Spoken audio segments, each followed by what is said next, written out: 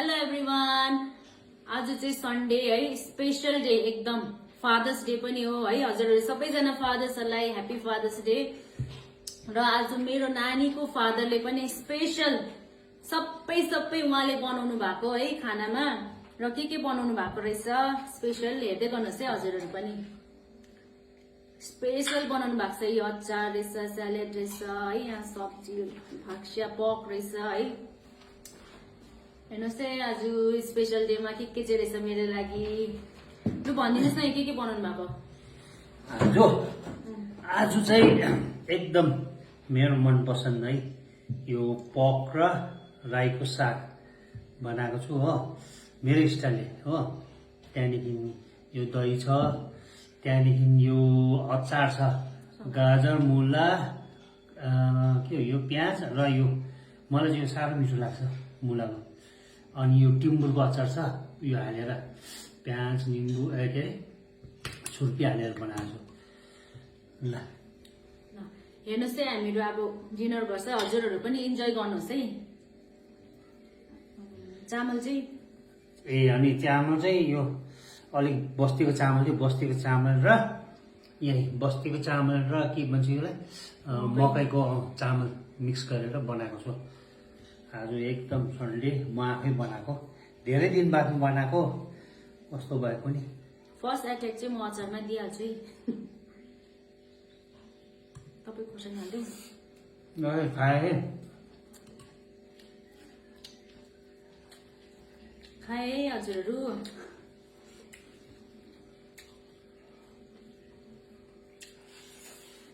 यो चाहिँ सधैँ बेसी चाहिँ खानु हुँदैन, कोही कोही बेला खाँदा त केही हुँदैन। कस्तो मिठो भएछ, टेस्टी रहेछ फाक्सिया। टेस्टी रहेछ है यो बस्तीको।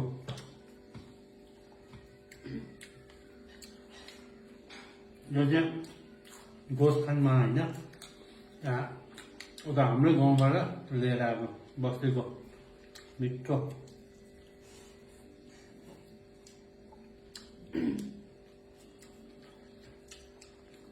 फादर्स डेमा त साह्रै स्पेसल पो भयो त हौ। डेली आउनु नि है यसो फादर्स डे है। दिल्ली चाहिँ सक्दिनँ। हेर्नु त फाक्सिया पक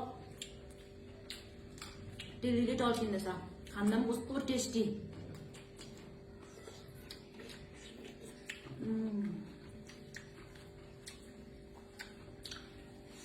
मलाई चाहिँ यस्तो बस्तीको मुला पनि पत्ताको साह्रो मिठो लाग्छ।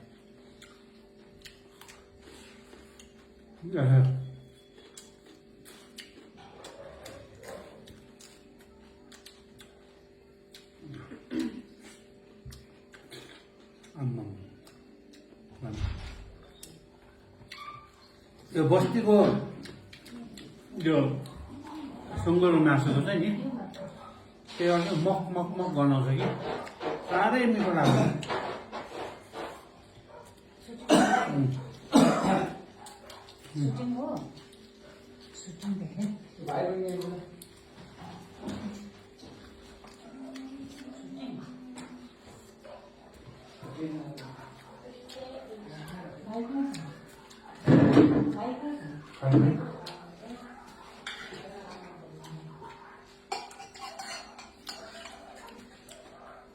साह्रै मिठो पो रहेछ त हो न।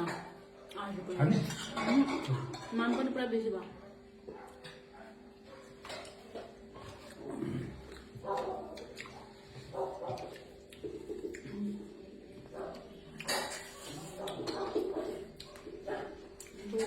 खानु सक्दैन होला म त। कोही कोही बेला के हुँदैन, खानु सक्दिनँ रहेछ नि त। एउटालाई त्यहाँ मेरो माम पनि खानु नसक्ला जस्तो भएछ।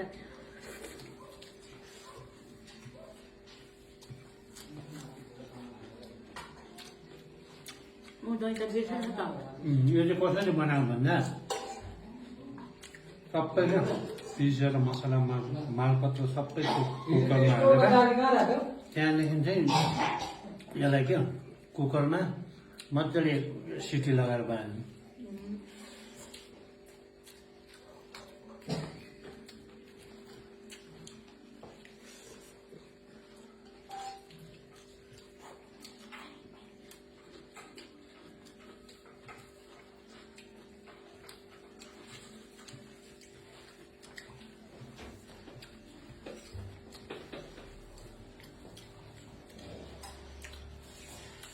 यो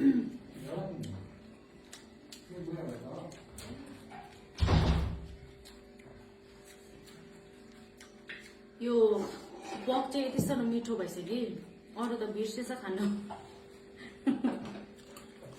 सब्जी मिठो भयो भने त्यस्तै हुन्छ त, अरू चिज खानु पनि बिर्सिन्छ।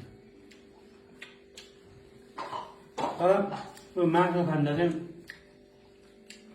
मैले एउटा कुरा याद गरेको, धेरै भेराइटी हुनु हुँदैन क्या।